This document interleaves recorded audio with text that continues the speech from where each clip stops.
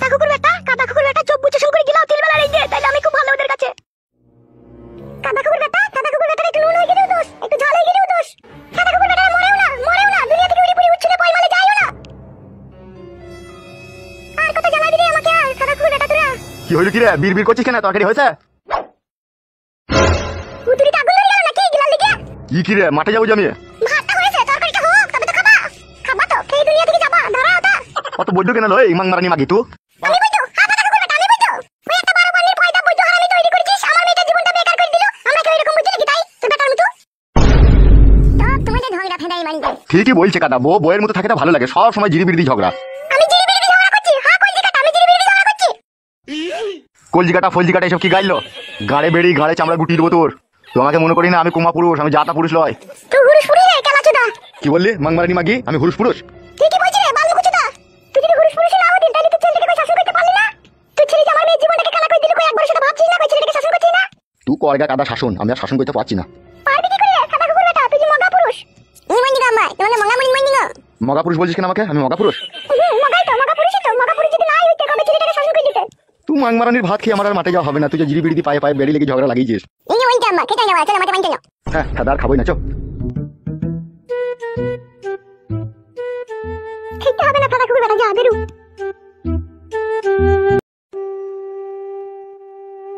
বড়া তাকে কোথা খুঁজবো বলো দেখিনি আমি। ছি ছি ছি ছি ছি, তাহলে জীবনের উপরে মই চপে গেলাম মনে হয়েছে। দেখি আরেকটু এগিয়ে গিয়ে দেখি।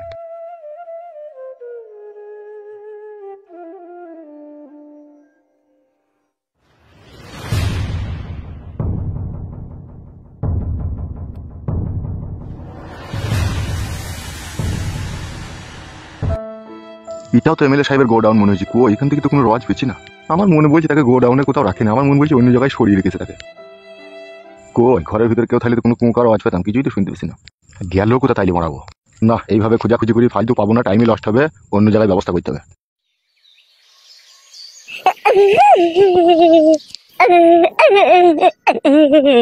কান্নার আওয়াজ মনে হচ্ছে না?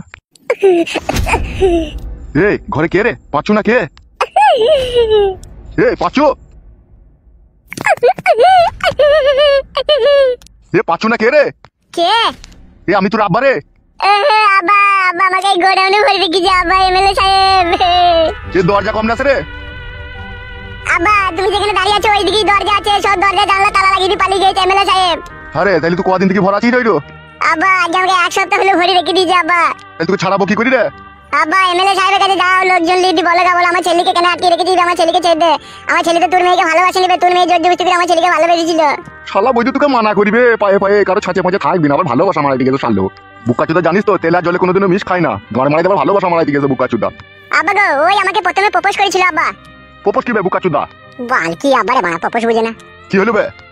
বলছি আব্বা প্রপোজ মানে হচ্ছে ওই এমএলএ সাহেবের মেয়ে প্রথমে আমাকে গোলাপ ফুল দিয়ে আই লাভ ইউ বলেছিল। ওই প্রথমে বলেছিল আমি তোমাকে ভালোবাসি, তোমাকে ছাড়া বাঁচবো না, তুমি আমার মরণ, তুমি আমার জীবন, চিরদিন যতদিন বেঁচে থাকবো তোমার হাত পা ধরি তোমার সাথেই থাকবো।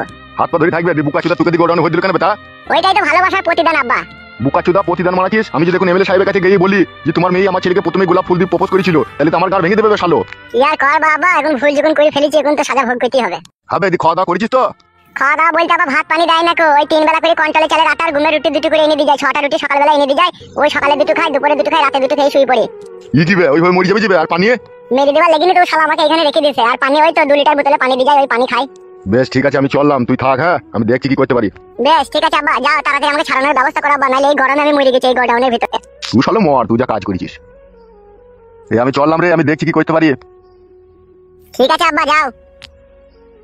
শালো হারামি ভালোবাসা মারাইতে গেছে। এখনকার যুগের মেয়েরা ভালোবাসা বুঝে না, ভালোবাসা কি জিনিস জানে?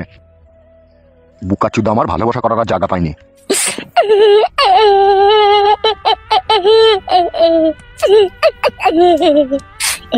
এমন ভালোবাসা বাঁচলি রে তুই, লেগে আমি অন্ধকারে গোডাউনের ভিতরে ডুম আটকে গেছি। কি ভালোবেসেছিলি রে তুই আমাকে, তোর ভালোবাসা কোনোদিন আমি আর ভুলবো না রে। তোর ভালোবাসা ভোলার লাই রে, তোর ভালোবাসা চিরদিন চিরস্থায়ী ভাবে অন্তরে গাঁথা থাকবে রে আমার সোনার প্রেমিকা রে। হায় রে ভালোবাসা, তোর ভালোবাসাতে আমার ধুম আটকে গেছি রে, এমনি যে আমি মরে যাবো রে। কত ভালোবেসেছিস রে তুই আমাকে।